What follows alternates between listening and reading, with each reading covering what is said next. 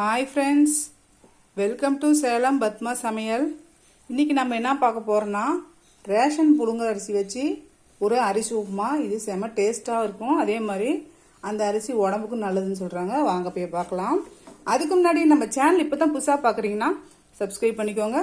பக்கத்துல இருக்க பெல் பட்டனையும் கிளிக் பண்ணிக்கோங்க. இப்போ பாருங்க, நான் வந்து ஒரு பேன் வச்சிருக்கேன். இப்போ இதில் பார்த்தீங்கன்னா நான் ரேஷன் புழுங்கல் அரிசி ஏற்கனவே கழுவி வச்சிருக்கேன். இது ஒரு டம்ளர் அளவுக்கு, இது அளவு பார்த்தீங்கன்னா 200 கிராம் இருக்கும். இது சேர்த்துடலாம். இது சேர்த்துட்டு நல்லா பொரியிற அளவுக்கு வறுத்துக்கலாம். இந்த ரேஷன் அரிசி நல்லா உப்பு போட்டு ஒரு 1க்கு 4 வாட்டி நல்லா கழுவி எடுத்துக்கோங்க. இல்லைன்னா அது ஒரு மாதிரி ரேஷன் அரிசி ஸ்மெல் இருக்கும். கழுவிட்டு டைம் இருக்கும்போது நம்ம நிழல்லே உலர்த்தி வச்சிட்டோம்னா நம்ம தேவையானப்போ வறுத்து நம்ம இந்த மாதிரி உப்புமா செஞ்சுக்கலாம். இந்த அரிசி சாப்பிடும்போது நல்லா கொஞ்சம் ஹெல்தின்னு சொல்கிறாங்க. இந்த மாதிரி உப்புமா செஞ்சு சாப்பிடும்போது நல்லா டேஸ்ட்டாக இருக்கும். இப்போ அரிசி பாருங்கள் நல்லா இப்போ பொரிஞ்சிருச்சு. நான் அரிசி எடுத்த கப்லேயே 1/4 டம்ளர். இப்போ பாருங்கள் அரிசி நல்லா பொரிஞ்சிருச்சு. இப்போ நான் அரிசி எடுத்த டம்ளர்லேயே 1/4 டம்ளர் அளவுக்கு பாசி பருப்பு எடுத்து வச்சுருக்கேன். அதை சேர்த்துடலாம். அதை சேர்த்துட்டு ஒரு 2 நிமிஷம் வச்சுட்டு ஸ்டவ் ஆஃப் பண்ணிடலாம்.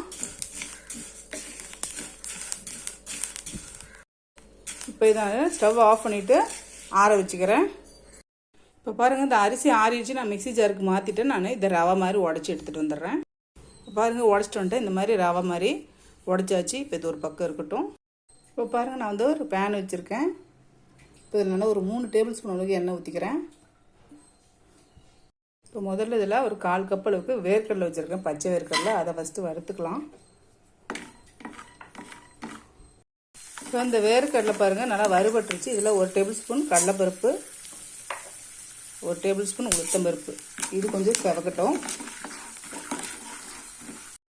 இப்போ பாருங்கள் இது செவந்துருச்சு. இப்போ 1/2 டீஸ்பூன் கடுகு, இந்த கடுகு பொரியட்டும். இந்த கடுகு பொரியுது. இதில் நான் ஒரு 4 காஞ்ச மிளகாய் கிள்ளி வச்சுருக்கேன், அதை சேர்த்துக்கலாம். இது கூட கொஞ்சமாக கருவேப்பிலை, இது கூட 1/2 டீஸ்பூன் சீரகம், 1/2 டீஸ்பூன் மிளகு வச்சுருக்கேன். அதையும் சேர்த்துட்டு ஒரு வதக்கிக்கலாம். இப்போ இது வறுபட்டுருச்சு. நான் கொஞ்சமாக பெருங்காய பொடி சேர்த்துக்கிறேன். இப்போது தண்ணி சேர்த்துக்கலாம். இப்போ நான் இந்த டம்ளரில் 3 டம்ளர் அளவுக்கு தண்ணி சேர்த்த போகிறேன். 1 2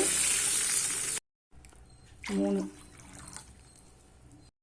இப்போ இந்த உப்புமாவுக்கு தேவையான அளவுக்கு நான் உப்பு சேர்த்துக்கிறேன். உப்பு சேர்த்துட்டு மிக்ஸ் பண்ணிக்கலாம். இப்போ நான் 1/4 கப் அளவுக்கு தேங்காய் துருவல் வச்சுருக்கேன். இப்போ அது சேர்த்துக்கலாம். தேங்காய் துருவல் சேர்த்து செய்யும்போது நல்லா கொஞ்சம் டேஸ்ட்டு நல்லாயிருக்கும். உங்களுக்கு விருப்பம்னா ஸ்கிப் பண்ணிக்கலாம். இப்போ இது சேர்த்துட்டு மிக்ஸ் பண்ணிக்கலாம்.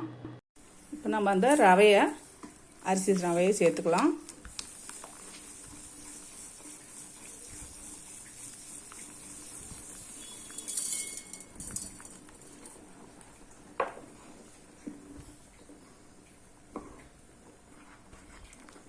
அப்படியே மிக்ஸ் பண்ணிகிட்டே இருக்கும்போது அப்படியே கெட்டியாகும். இப்போ பாருங்கள் நல்லா தளன்னு கொதிக்குது. கொஞ்சம் திக்காயிடுச்சு.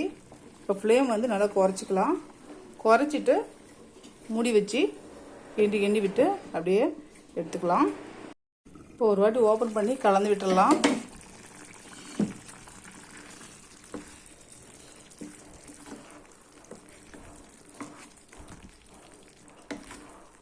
இப்போ மறுபடியும் மூடி வேக வச்சுக்கலாம்.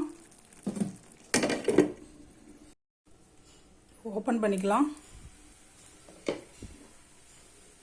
அவ்வளோதாங்க, சூப்பராக நம்ம உப்புமா ரெடி ஆயிடுச்சு. இன்னும் ஆறாறு நமக்கு உதிரியாக இருக்கும். கமகமன்னு செம வாசனையாக இருக்குங்க. நீங்களும் ட்ரை பண்ணி பாருங்கள். இந்த வீடியோ உங்களுக்கு பிடிச்சிருந்தாக்க லைக் பண்ணுங்கள், ஷேர் பண்ணுங்கள், கமெண்ட் பண்ணுங்கள்.